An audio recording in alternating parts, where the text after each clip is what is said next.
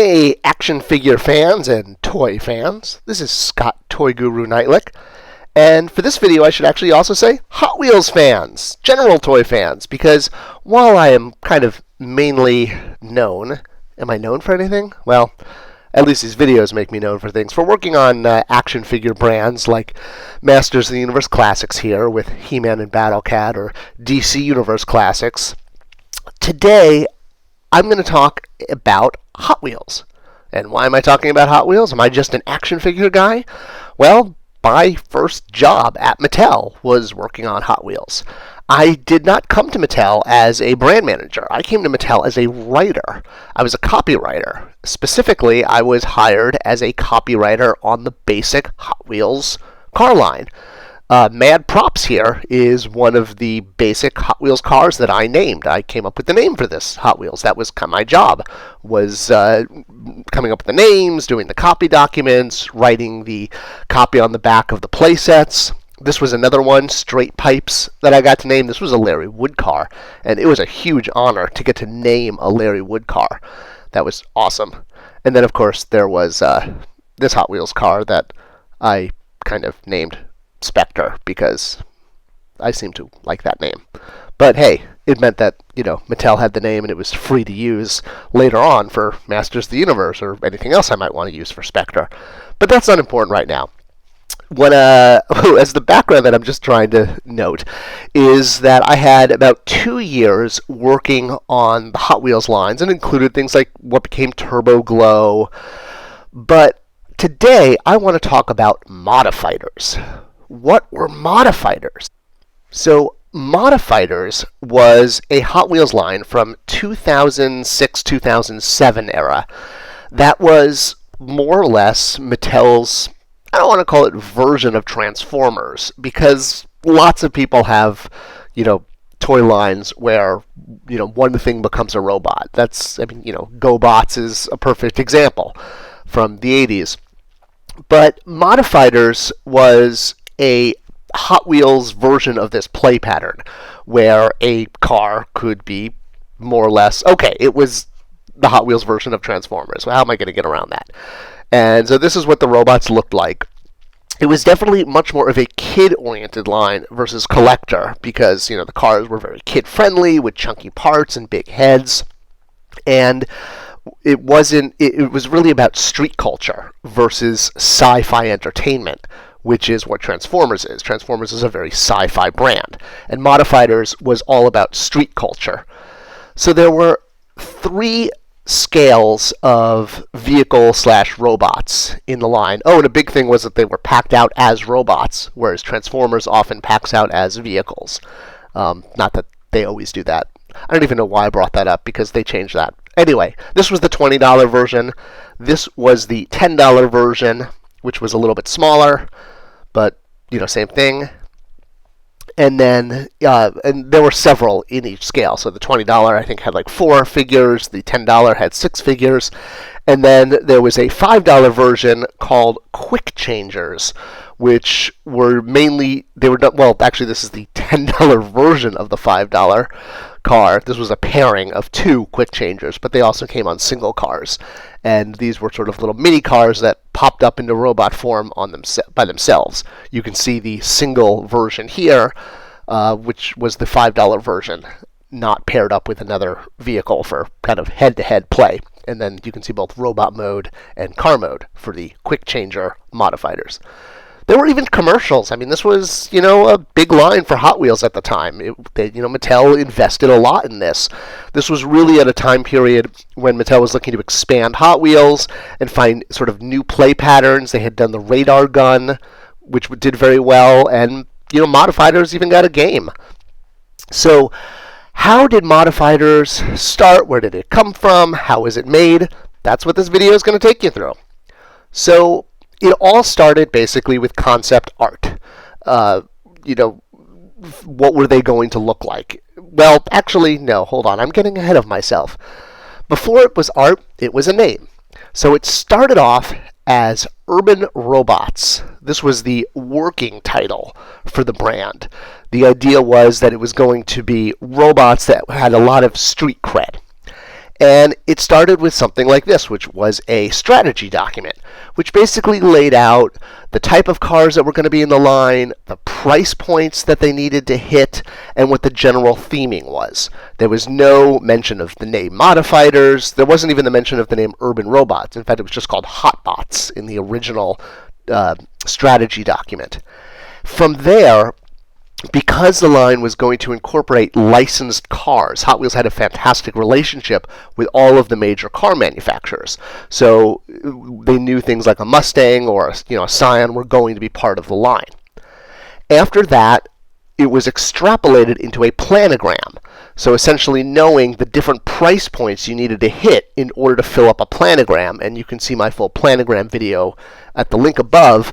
This is what sort of led to the development of the line and which SKUs to do. So once that was identified, which SKUs were necessary to fill out a planogram, and it's amazing how planograms tend to dictate toy design. Again, you can see that video that I linked to a moment ago. Now it was time to again look at which licensed cars were going to be involved, and then who was going to play what role in the line, like who was going to be the leader, who was going to be the sidekick, how were they going to be themed, that type of thing. Who was going to be the muscle car, who were there going to be teams? Was it going to be like, good guys versus bad guys, or was it going to be, people into one type of music versus another type of music? And that was a big part of where I came in as copywriter. So my job was really to flesh it out as far as develop who the characters were, what their names were, what their backgrounds were, what role they were going to play, basically, in the series. And as an action figure fan, I was thrilled about this. It was really cool working, on Hot Wheels, but now I was getting to work on my very first action figure line, and I was getting to, do all of the fun creative work, coming up with, design was busy working on the technical aspects, but as the copywriter, I got to do all of the personalities and, what were their strengths, their weaknesses, how are we going to rank them, how are they going to relate to each other. Heck, we even needed a name for the entire brand because Hotbots and Urban Robots was kind of just a working name. So while I was working on all of that, the design team was busy doing the actual logistics of designing the toy line. So they would start with kind of competitive product like this. This was just sort of a random robot that sort of had the look and feel, the chunky feel they were going for. And from this, multiple sketches would be done by different Hot Wheels artists. And they would kind of sketch out what they could look like, what the different features might be. They wanted a very proprietary look for the robots that didn't look like other transforming robot lines, so it was very distinct and it had a very Hot Wheels look to it, not that sort of sci-fi look of Transformers, if you will. This, you could easily ID a Modifier, and it was not going to look like a Transformer, if you will. In the long run.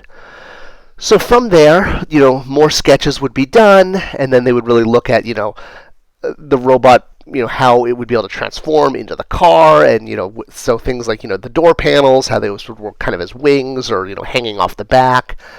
And then the car form would have to be designed as well. So not only the car form, but the deco and all of the design work, which, of course, the Hot Wheels designers love doing that kind of stuff.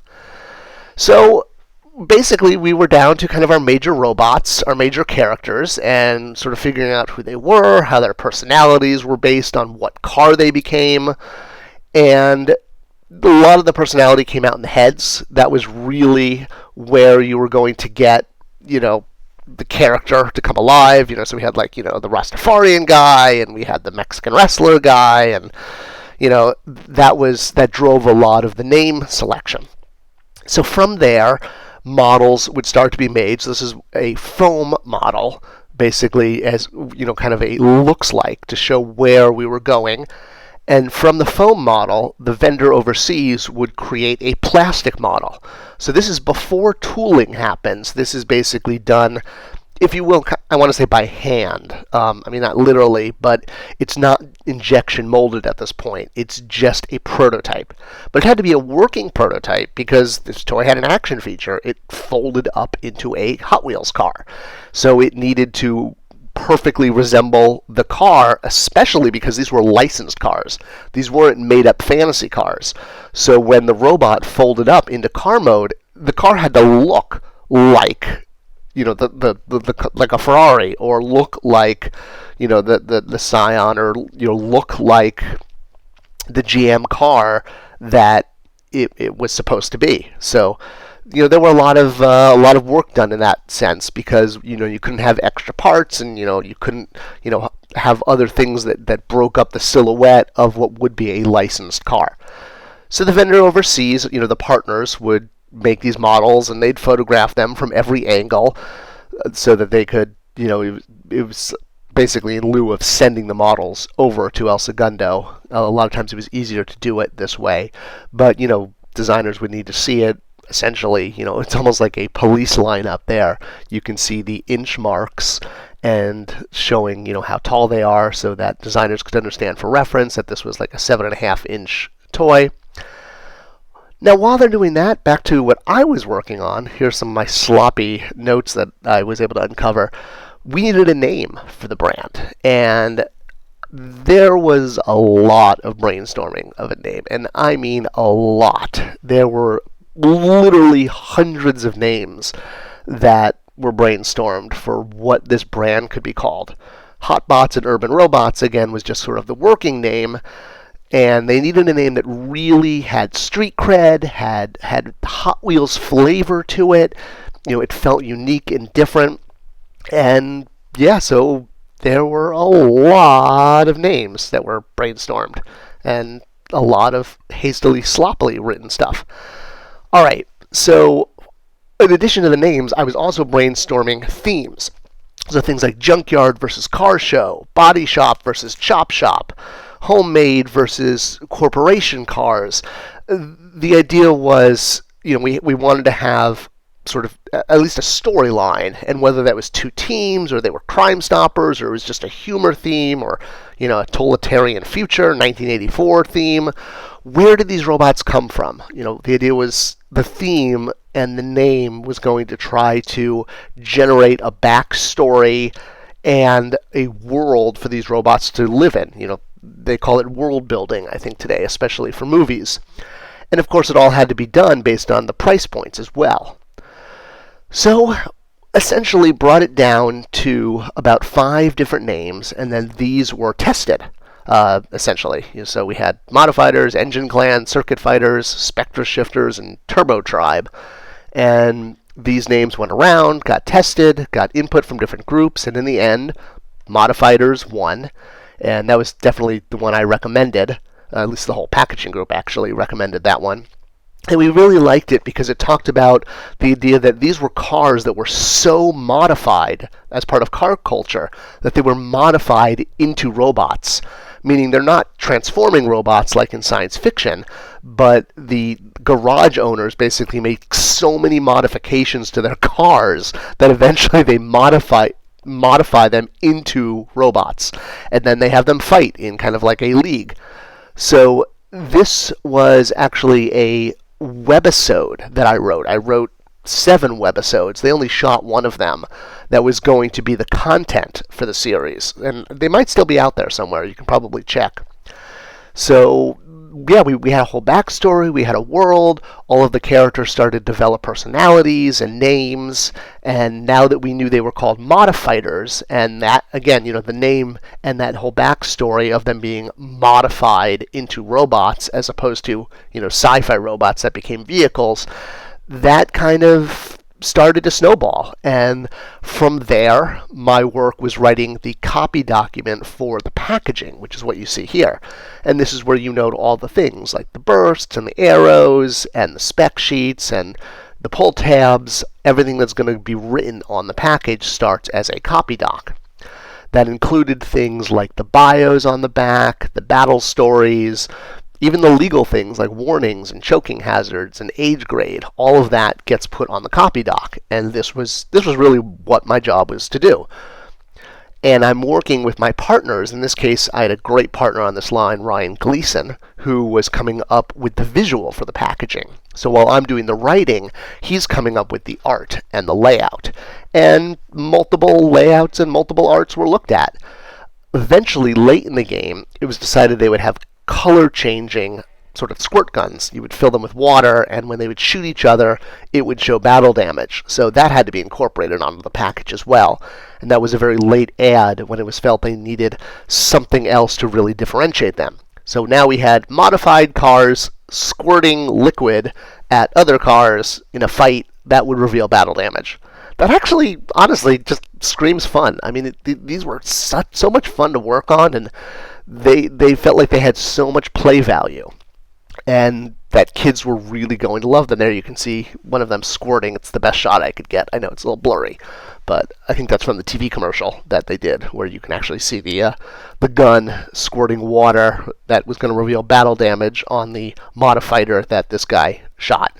So that was essentially how they got made. And as the copywriter, I got to name all the characters, which was really fun, especially as an action figure fan.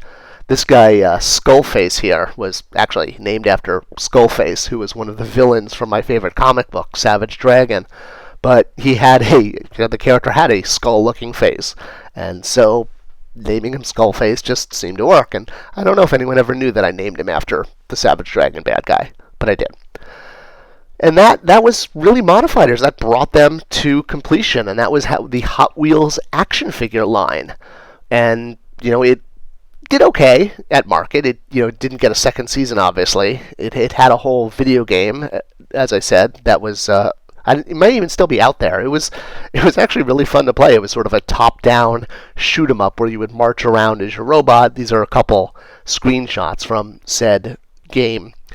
And this was like right before smartphones, so it was. I don't even know if it was developed as an app as much as a Hot Wheels desktop game. It would have been an app today, but this was like right at the verge when apps were just coming out. But it was a lot of fun, and I mean, a lot of work went into the game, went into the toy line, went into the backstory, obviously went into naming the line. I don't think I've ever brainstormed as many names for a line as I did for Modifighters. And yes, I did sneak Spector into this line as well. There you can see the Modifighters Quick Changer Spector, complete with his Ace of Spade decal on his door, which is kind of the wing hanging off the back. Here he is, and you'll notice he actually does kind of look like Mighty Spector in the He-Man line, because I got to help design the head, and so that whole the sort of red visor thing. Anyway, I really treasure this. It was one of the coolest souvenirs I got from working on Hot Wheels, and Modifighters was a fantastic toy line to work on. I had a lot of fun, and I hope you had fun watching this. If you like this video and you'd like to see some more like this, subscribe. Let me know in the comments below, and I'll see you guys around the internet. Thanks for watching.